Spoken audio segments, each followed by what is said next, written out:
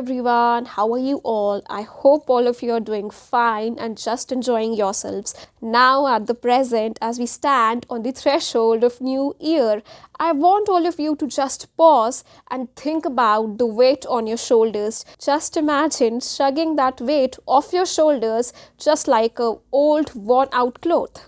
Because today we are going to talk about transformation, we are going to talk about those habits which will really help you to prosper in 2025. So let's discuss them.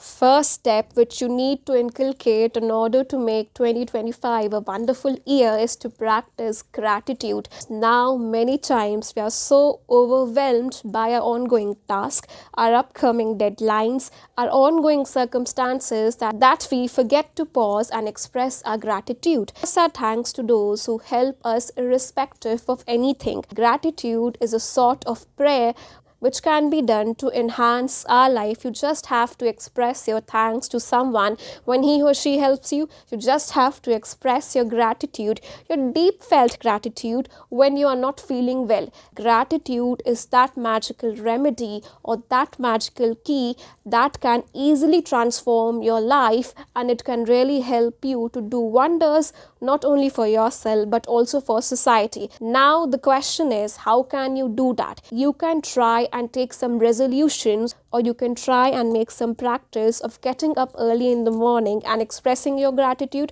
or you can just try to do journaling where you can express your inner thoughts and give your thanksgiving if you are shy. Initially, I understand that gratitude practice is very difficult because often we are caught in such difficult circumstances or such complex environment that we feel that we are caught in an endless loop which cannot be broken. Now, this brings us to the second habit or second technique or second routine which will really help you to move ahead in 2025, that is active listening.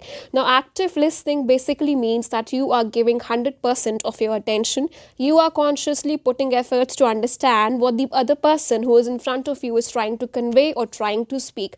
Now, this basically involves that you have to observe whatever is happening or whatever the speaker is trying to convey. You also have to be very alert, very conscious, be aware to comprehend and analyze whatever is happening in your environment and circumstances. How can you do that? You can do that by just making an effort of putting your concentration on one particular topic, the topic which is spoken by the speaker when he or she is elaborating something, explaining something, doing mimicry, doing gossiping, anything. You just have to consciously shut all the thoughts which come in your mind when you are listening to someone, and you have to put that 1% extra effort that will help you to be more active. Now, many a times, or basically I will say all the time, whenever we are trying to listen, we are not actively present, we are passively present. That is, we are present physically but our mind is somewhere else. We are basically daydreaming or just trying to fight our own inner struggle, which can be anything. So active listening will obviously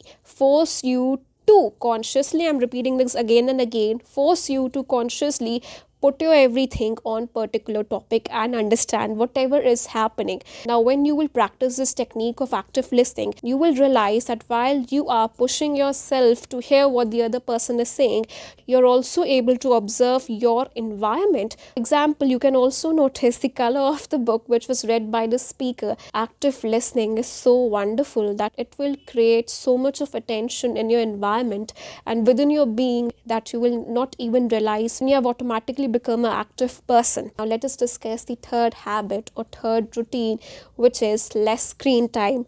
Now, less screen time is the toughest of all the routines which you can follow for yourself, because less screen time basically means that you're not giving all your time to phone, to social media, to computer, anything.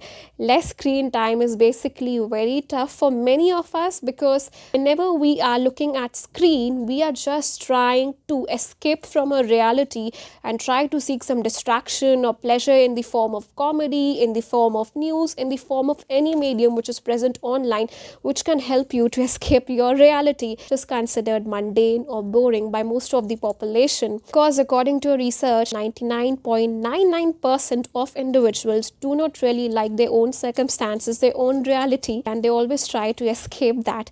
They do not understand that while they are trying to escape their own reality, they are actually inviting more negative circumstances, because screen time will ultimately damage your brain. Damage which will be created inside your brain will definitely affect all your other activities like cognitive ability, that is thinking, your intelligence, your psychological ability, your emotional ability, and there are many more. Understand that reducing screen time is very tough, but it's very important if you really want to do wonders. Because if you really want to improve your reality, then you have to definitely say goodbye to scrolling, say goodbye to your phone, and put your attention at your present moment, which will require conscious effort, which is, of course, I understand, very tough to do, but you have to do because there's no other way out.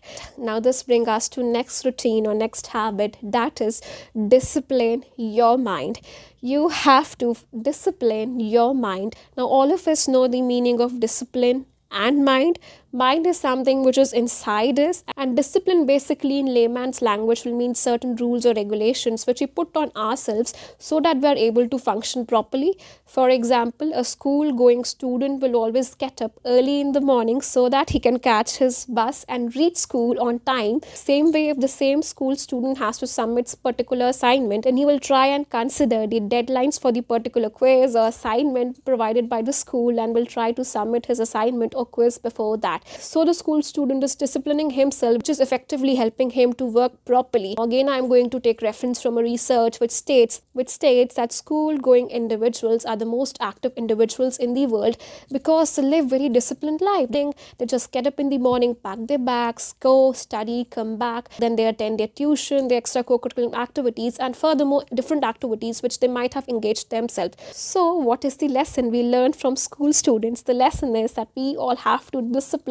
our mind. Now again, this is also very difficult to achieve, more tougher than reducing your screen time, because if you will be able to control your mind and say no to your phone, then you will be definitely able to discipline your mind, because it is interconnected.